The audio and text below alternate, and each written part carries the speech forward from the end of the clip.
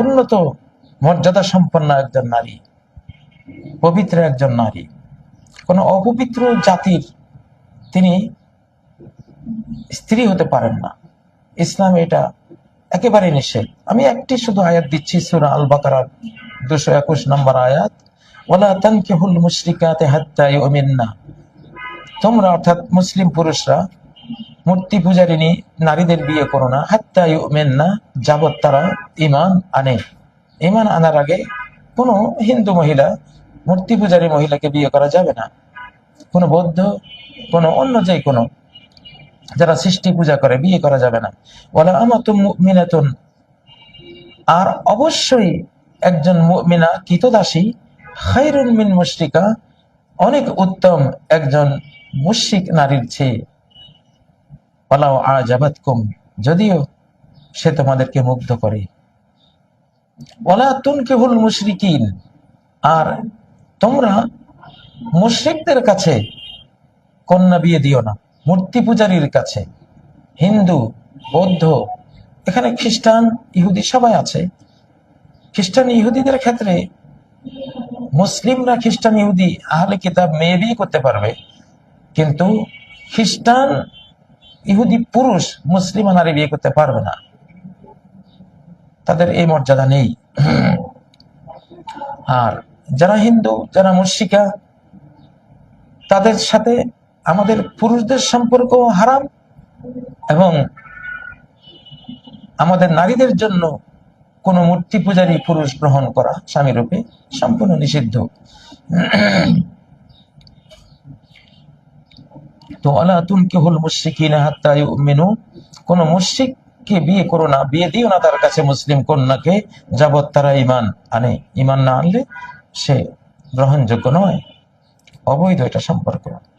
ওয়ালা আবদু মুমিনুন খায়রুম মিন মুশরিকিন ওয়ালাউ আজাবাকুম, আর অবশ্যই একজন মুমিন গোলাম, কৃতদাস, অনেক উত্তম একজন মুশরিক পুরুষের চেয়ে, যদিও সে তোমাদের মুগ্ধ করে।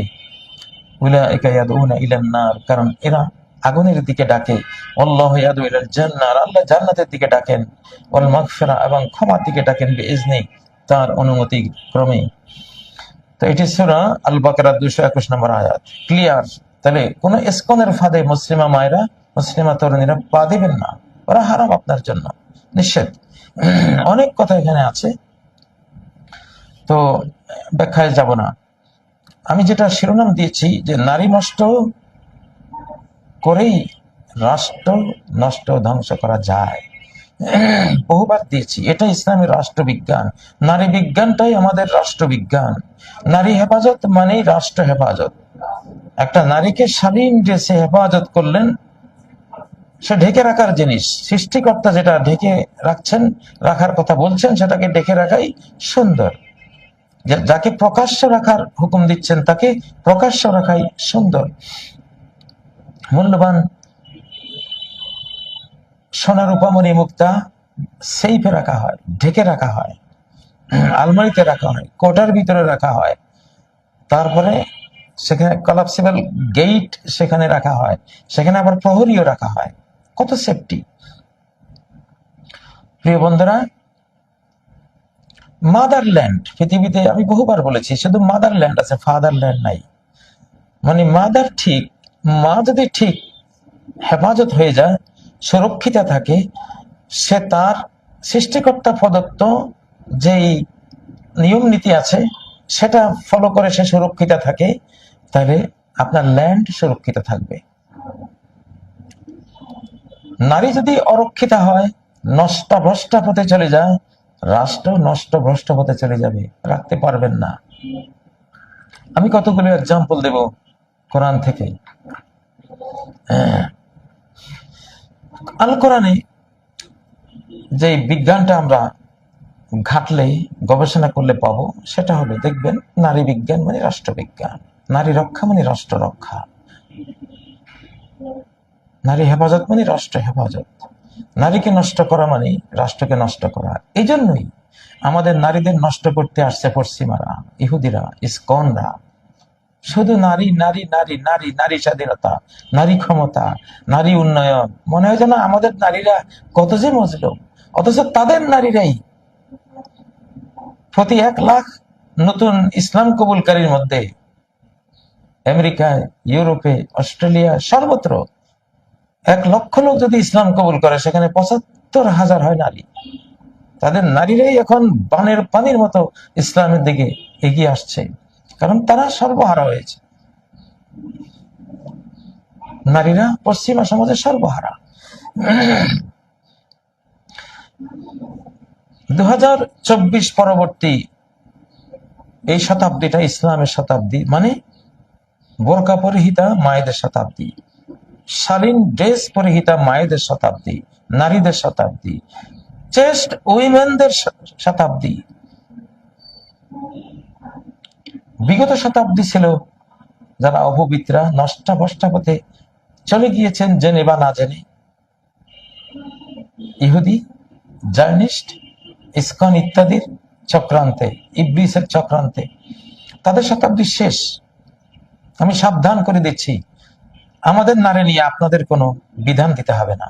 আমাদের সূরা আন-নিসা নারী সূরা আছে, আমাদের সূরা আত-তাহরিম আছে, সূরা আত-তালাক আছে, আমাদের সূরা মারিয়ামে নারীদের প্রসঙ্গ আছে, আমাদের সূরা আন-নিসা তো আদ্যপান্তই নারী প্রসঙ্গ আছে, সূরা নূরের মধ্যে নারী প্রসঙ্গ আছে, সারা কোরআনেই নারী প্রসঙ্গ। আমাদের কোরআন যথেষ্ট। কোরআনের বিশ্ববিজয়ী, দিগ্বিজয়ী বিধানে এখন চলবে। 2024 পরবর্তী শতাব্দীতে ওই শাহবাগের নারী নাচিয়ে কিছু করতে পারবেন না, ধ্বংস হয়ে যাবেন। বার্তা দিয়ে দিলাম, ইনফরমেশন দিয়ে দিলাম। আকাশের মার আসবে, আরে বাংলাদেশের জমিন কবুল করবে না। 24 পূর্ববর্তী সে বেহায়াপনা, বেলাল্লাপনা কবুল করবে না। এই যে সাভারের মেয়েটা নিজের পিতাকে কিভাবে হত্যা করলো, কিভাবে পিতাকে হত্যা করলো, আর কিভাবে তার রেকর্ড তো আপনারা সবাই জানেন, মুখেও আসে না এগুলো। ওনারা পশ্চিমা বিশ্ব থেকে আসেন ওই নারী, ওই শেফা টাইপ তৈরি করতে, ঐশী টাইপ, যে নিজের মা নিজের বাবা দুজনকে হত্যা করেছে, ওই টাইপটা তৈরি করতে চাচ্ছেন আপনারা। সেটা চাচ্ছেন, সেটা হবে না ইনশাআল্লাহ। আমরা এখন যা বলবো, মালিকের, শাহানশাহের, রাজাধিরাজের, তার বিশ্ব সংবিধান আল কোরআনের আসমানি 104টি নাজিল হওয়া সংবিধান বা কিছু কম বেশ, সেই সংবিধান মতো, সেই সংবিধানের যেটা সত্য বিধিবিধান দেয়া আছে এবং আল কোরআনে সুরক্ষিত আছে। এখন এই শতাব্দী সেই শতাব্দী শুরু হয়েছে, অযথা সময় নষ্ট করবেন না। সূরা আলে ইমরান, এখানে একজন মহিষী নারীর কথা আছে, তিনি মারিয়াম আলাইহিস সালাম। দেখুন, নারী যখন চেস্ট উইমেন হন, পবিত্রা হন, তিনি তার স্বামী ছাড়া অন্য কোনো পুরুষের সাথে তার কোনো যৌবনের কোনো সম্পর্ক রাখেন না। চেস্ট উইমেন, উনি সুরক্ষার দুর্গে বসবাসকারিনী, একজন অসূর্য স্পর্শা জান্নাতি নারী। আমাদের মুসলিম সমাজের নারীরা, আমাদের মা বোনরা জান্নাতি মা বোন। আর পশ্চিমা এরা জাহান্নামী মহিলা বানিয়ে ফেলেছে, ওদেরকে ইসকন, জায়নিস্ট, ইহুদি, এরা। তাদের আদর্শে আমাদের চলবে না। ওইসব আদর্শ যারা এখানে প্রচার করবে, আকাশ থেকে গড়িয়ে দেওয়া হবে ইনশাআল্লাহ। খুব শক্ত কথা বলছি।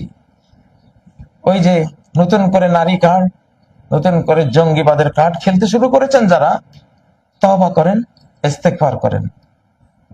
2023 হলে এখন এই কথাগুলো বলতাম না, এটা 2024। এই যুগটা বুঝেন নাই এখনো, বুঝুন।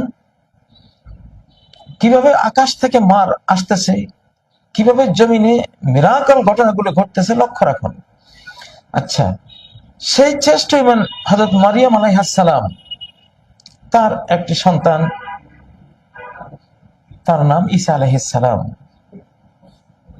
যিনি আজ থেকে এখন 2024 মানে ঈসা আলাইহিস সালামের জন্মদিন থেকে আজকে 2025 বছর হয়েছে। যেহেতু এই সালগুলো গণনা হয় ওনার জন্মদিন থেকে, এই সালটা, খ্রিস্টাব্দ সালটা হযরত ঈসা আলাইহিস সালামের জন্মদিন থেকে শুরু। এখন 2025 মানে 2025 সাল হয়েছে, বছর হয়েছে হযরত ঈসা আলাইহিস সালামের জন্মের। আচ্ছা, তার ব্যাপারে সূরা আলে ইমরানের 46 নম্বর আয়াত, ওয়ায়ুকাল্লিমুন নাসা ফিল মাহদি ওয়া কাহলা ওয়া মিনাস সালিহিন, সেই পবিত্র মায়ের সন্তান, সেই পবিত্র ঈসা, তিনি কথা বলবেন মানব জাতির সাথে বিল মাহদি, তার দোলনায়, ওয়াক্কাহলা, এবং তার প্রৌঢ় বয়সী, অর্থাৎ কিশোর বয়স পেরিয়ে এবং বার্ধক্যের আগে কথা বলবেন। তো তিনি আকাশে উঠেছেন তো 33 বছর বয়সে, বৃদ্ধ হননি। তো তিনি বার্ধক্যের আগে, বার্ধক্যের সীমারেখায় ঢোকার আগ পর্যন্ত মানব জাতির সাথে কথা বলবেন। তো 33-এ চলে গেলেন, পূর্ণ যৌবনে চলে গেলেন, বার্ধক্য তো আসে নাই। তাহলে বার্ধক্যের আগ পর্যন্ত কথা বলবেন কখন? সেটা এখন আসতেছেন উনি। গোটা পৃথিবী শাসন করবেন 45 বছর। কি দিয়ে? ইয়াকুদুকুম বিকিতাবে রাব্বিকুম, এই কোরআন দিয়ে শাসন করবেন। আপনারা পশ্চিমা নারী নীতি নিয়ে আসছেন, কোরআনিক নারী নীতি চলবে। আমি সাবধান করে দিচ্ছি আল্লাহর পক্ষ থেকে, স্রষ্টার পক্ষ থেকে। জঙ্গিবাদের মিথ্যা নাটক, নারী নীতির এসব মিথ্যাচার থেকে তওবা করুন, ইস্তেগফার করুন। ঈসা আলাইহিস সালাম আসতেছেন ইনশাআল্লাহ। নারী নীতি আমাদের রাষ্ট্রনীতি। আমরা চেস্ট উইমেন, পবিত্র নারীর সন্তান। বানু উম্মাহাতিন লাম তুদান্নাস ফুজুরুহা, আমরা এমন মায়েদের সন্তান যাদের কোল কখনো অপবিত্র হয়নি। আমার শৈশবে যাদেরকে পেয়েছি কতটা চেষ্ট ছিলেন, অসহ্য স্পর্শা ছিলেন। ব্রিটিশরা যখন এই দেশ দখল শুরু করে, এই নষ্ট জাতি, রথচাইল্ডের লেলিয়ে দেয়া ইস্ট ইন্ডিয়া কোম্পানি, ইহুদি রথচাইল্ডের লেলিয়ে দেয়া ইস্ট ইন্ডিয়া কোম্পানি 200 বছর আমাদেরকে নির্যাতন করেছে। তারা যখন মুসলিমদের সাথে যুদ্ধে পরাস্ত হচ্ছিল, নবাব সিরাজের সাথে পরাস্ত হচ্ছিল, বিভিন্ন জায়গায় পরাজিত হচ্ছিল, তখন এই নারীদের নাপাক করার কৌশলে তারা এগিয়ে যায়। তারা এসে এই দেশে পতিতালয় তৈরি করে। সর্বপ্রথম এই ইহুদি রথচাইল্ড ফ্যামিলির, ইস্ট ইন্ডিয়া কোম্পানির দ্বারা এদেশে নারীকে নষ্ট করার, অপবিত্র করার পতিতালয় করা হয়। ব্রিটিশদের কাছে কোনো বাজারের দরখাস্ত দিলে তারা শর্ত দিত, একটা নিষিদ্ধ বলে একটা পতিতালয় দিতে হবে। কেন রে ভাই? এটা তখনকার মুসলিমরা অনেকেই বুঝেন নাই, খেয়াল করেন নাই। খেয়াল করলে জীবন সম্পদ দিয়ে হলে পতিতালয় দেওয়ার কোনো সুযোগ দিতে না। কিন্তু তখন আমাদের পতন কাল ছিল, আমাদের সেই পূর্বপুরুষরা বুঝতে পারেনি। তারা নিচের দিকে চেয়ে ভদ্রলোকের মতো এইসব দেখেও না দেখার ভান করেছে, সর্বনাশ করে দিয়েছে। সিনেমা 1905 সালেও সিনেমায় নাচার জন্য একটা নারী মুসলিম সমাজে ধরে থাকুক, হিন্দু সমাজে পাওয়া যায়। 1905 সাল থেকে ধীরে ধীরে ওই নাপাক গুলো ভিতরে ঢুকেছে। আর আমরা এর আগে তো পতিতালয় ওরা ঢুকিয়েছে 1905-এর বহু আগে। 1757 সালে যখন পলাশীর আম্র কাননে আমাদেরকে পরাস্ত করে, ওই সময় থেকে এরা পতিতালয় ঢুকিয়েছে। ওরা জানে যে নারী হেফাজত মানে রাষ্ট্র হেফাজত। যে নারী হেফাজত, যে রাষ্ট্রের নারী হেফাজত নাই, তার রাষ্ট্র হেফাজত নাই।